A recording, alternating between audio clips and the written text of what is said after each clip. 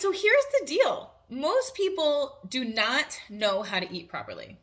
They want to maybe eat better, but instead they are shoulding all over themselves. I should eat this, not this. I should do this, not that. I should choose healthier options, but I don't want to. Or maybe they're just not empowered enough to do so. Empowered, maybe not even the right word, but it's that they are lacking knowledge to be able to make a better decision. Is that you? If it is, that's okay. Listen, we all have strengths, right? And something that I have struggled with sharing is the fact that a lot of what I do comes naturally to me, and I don't know how to equate that into words that are palatable for you. But I'm going to try here right now with macros. When I started bodybuilding, I was already fairly fit, and I didn't really know what macros were. I didn't know how to track them. I didn't know the importance of them or why it was something that actually does work for people. And so what I learned is what a macro was and then how the macros actually affect the body. And I believe that if you know what they are and how they affect you, then you will be better equipped to make the decision that is best for you and what your future goals are. So, first of all, a macro is short for macronutrients, and it consists of four things, three actually, four if you consider water a macronutrient. And our bodies are made of like more than 60% of water. I think it's actually like 80% or something crazy. I should have looked that up, but I didn't. So your macronutrients are carbohydrates, proteins, and fats.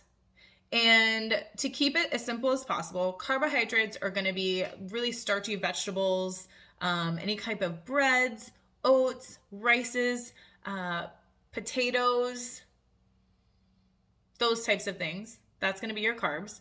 Your proteins are going to be pretty much anything that's from meat, right? So any meat products are going to be proteins. Some of them can have higher fat contents. Believe it or not, nuts are actually considered fats, but they do also have protein in them. So if you're thinking your peanut butter is protein, it's actually considered a fat, but there is protein in it. And there are a lot of foods that are that way. So your carbs are going to be all of your starchy things.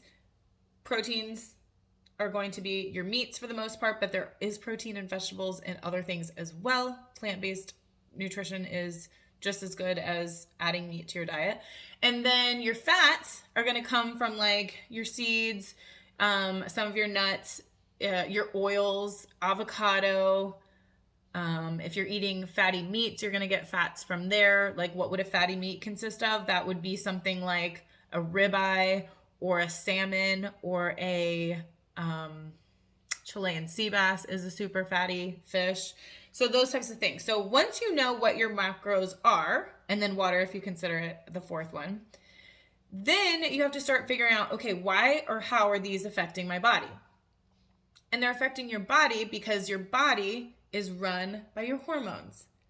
And food, what we fuel the body with, affects our hormones. So if we can eat in a way that positively affects our hormones, then we have a better chance of having a happy, healthy body that will then drop the weight. Now, why doesn't everybody do that then? Because society has been throwing so many different diets at us for so many years that everyone has pretty much been programmed, for the lack of a better word, to think that carbs are bad and that you should be eating either a low or no carb diet and or a low or no fat diet. I'm not mad at you. It's not your fault. It's what the world is literally teaching people. And so I just want to kind of unravel that a little bit, because if you have low or no of one of the three or more than one of the three macros, then how can your body hormonally function at its highest and best? It can't. It can't. So once you understand that, you will not want to eat a low carb or a no carb or a low fat or a no fat diet. It's as simple as that. There's much more to it, but if you just start there, it's really simple. Then, How do you implement it becomes the question without having to necessarily track your macros. I know that's a lot to ask for people, so I'm not asking them to do that because I don't even want to do that right now. I literally only track my macros when I'm competing. Right now, I'm not competing. I just want to live a normal, healthy, fit life that is balanced. And my hormones, I of course want to be healthy because I'm pushing my 40s and my body's going to be changing even more. And so now more than ever, I'm paying attention to what am I putting into my body. So how could you implement the idea of macros without tracking them? I would encourage you to just do these two things. One, understand what's a carb, what's a protein, and what's a fat. And then two, rotate them a little bit. So try and eat, you always want to eat the rainbow, so you don't want to eat the same things every day. But I would encourage you to have your higher fats and proteins on one day and lower carbs. And then the next day, do higher carbs, lower fats, same protein.